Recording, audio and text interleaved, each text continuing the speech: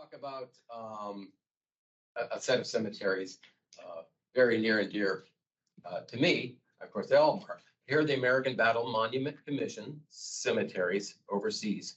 World War I, World War II, and they were established, of course, right after World War I, 1923.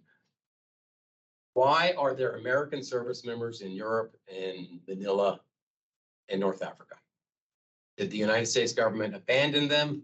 Did the Army say it's going to cost too much to bring you home? Let's just build pretty cemeteries and leave them there? What happened is they gave the next of kin the decision. So after World War I, folks are buried and interred in all kinds of temporary cemeteries, near battlefields throughout Europe. And I think there was 125,000 American casualties in World War I. And of course, they're all in Europe. And that was what they decided to do. They wrote a letter to the next of kin, and they said, here are your three choices. If you want your loved one to be brought home, we'll do that, government expense, and we'll bring him to the cemetery you tell us to. If you want him to stay exactly where he is, we'll talk to host nation and see if we can leave him exactly where he is buried. And if you want him to be buried in a cemetery that will be built specifically to honor their deeds in France and Belgium, you have that choice too. So it's about 1/3, 2/3. 1/3 said, yeah, please leave my loved one in France, in Belgium, and 2/3 said, can you please ship him home? So I think it was a win-win situation. And why would a family leave their loved one in a foreign property or a foreign nation? The kind of the sentimental thought of their lying and resting with the service members, their buddies that they died with on the soil that they protected or defended and liberated. President Teddy Roosevelt, one of his sons, I don't remember which one, was killed in World War I in an aerial. He got shot down. And the Germans buried him. Full military honors. They knew who he was, check dog tag, paperwork, records, uniform. This is the former president's son. So there's pictures of them doing military honors, and they bury him, and they wanted those pictures to be, well known. So I can't remember what village, but he's in France somewhere. And the former president, said, yeah, I want my son to stay there. And this really influenced a large number of other American families to say, well, the president thinks this is a real honorable, neat thing to do, so do we. So that kind of increased the popularity, if you will. And some people think, wow, how could you leave your loved one over there? But if you go over and visit these cemeteries, they're about the most honorable place on earth.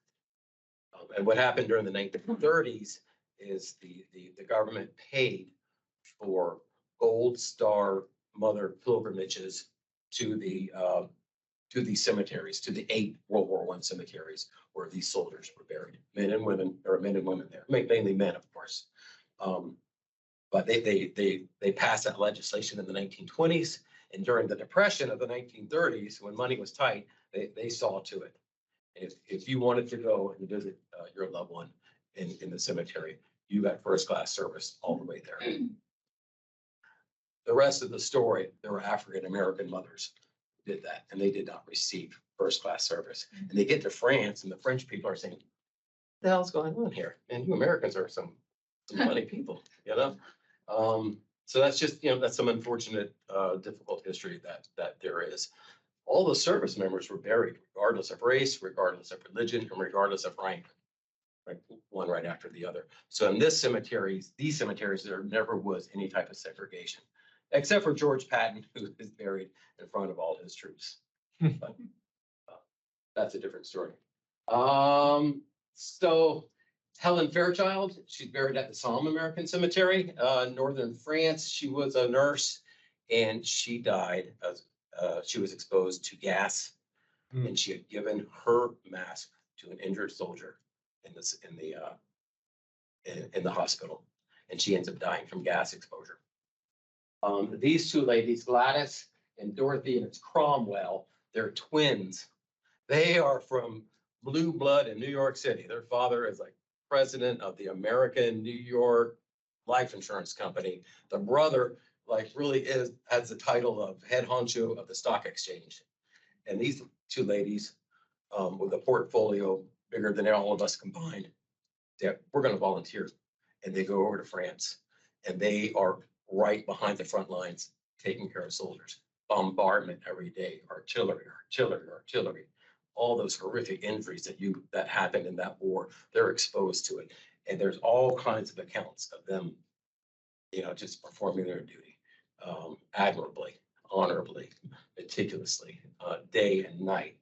The war ends November 11th, 1918. So they're there to help clean up lots of injured soldiers. And in January, they hop on a ship in Bordeaux, France, and they're getting ready to go back home. And the two twin sisters committed suicide together. He jumped off the ship, and they found their bodies a little while later. But they had written notes and letters and stuff, but they just said, "We're going back to New York City to live in the Hamptons. Nobody's ever going to understand what just happened to us and these boys and girls and for the last 2 years." Yeah, but they are buried at the Serin American Cemetery right outside of Paris. Everybody see the Eiffel Tower? Yeah, I just took that picture. I took all those pictures last month, so I got to go to 6 of these cemeteries in the last 4 weeks. And out of all 21 in Europe, I can say I've now been to all 21. So I don't know if that sounds like I'm bragging, but I'm just touched and very grateful that I was able to do that. Took me 25 years to do it. So here's some examples of those notifications that went out to next of kins. On the upper right, that's a World War I example. It actually went up to an aunt, and she's, what would you like to decide? And she says, "Yeah, I'd like to have him brought home, but since he's in France, I'm happy to let him stay and stay there." But on the left-hand side, kind of like that more memorandum-looking thing in the middle, that's a government letter to Dr. Norton in Conway, South Carolina, and it explains everything. What would you like us to do? Bring him home? Not bring him home. His son was a ground troop and had been killed in Europe. So he writes back. Even my strong glasses. As I have so often said before, this boy is one of twins. The other now lying at the bottom of the North Sea, not far off the coast of Holland, not far from Haarlem, where he was buried temporarily. And never having been separated in life, they are as close as they can ever be, just where they are. And so I wish this boy to stay exactly where he is, not only at the moment, but forevermore. So he is buried in the Ardennes American Cemetery in Holland. And right up there, you'll see a name, Edward R. Norton. That's his twin brother. His plane went down in the North Sea. They never found him, so he is on the wall of the missing. And they're in the same cemetery. So lots of these cemeteries, you find sets of brothers buried next to each other. And in this case, they are still there, but they're still memorialized in the same cemetery. So another touching cemetery, another story, and I can do here in a minute or two. Take a look. Take a look. Take a look. And voila. The Oliver Reed story, the Ollie Reed family story. Ollie Reed Sr. is a colonel. Ollie Reed Jr. is a lieutenant. It's 1944, January 1944.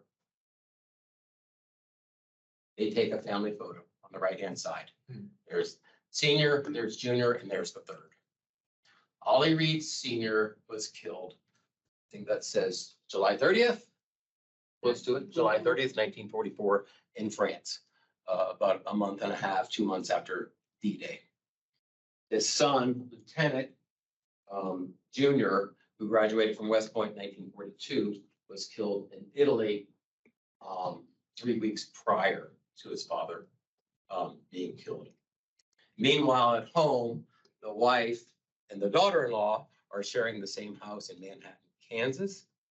And on August 13th at 6 o'clock, I'm not sure what time, but August 13th for sure, a telegram arrives. And that's how they did in those days, right? Somebody delivers a telegram. On behalf of the Secretary of Defense, we're very sorry to announce that your husband, Oliver Sr., was killed in battle. So they go and they start consoling each other like you would. A half hour later, another knock on the door, the second telegram arrives. Of course, you know, same message for Ollie Reed Jr.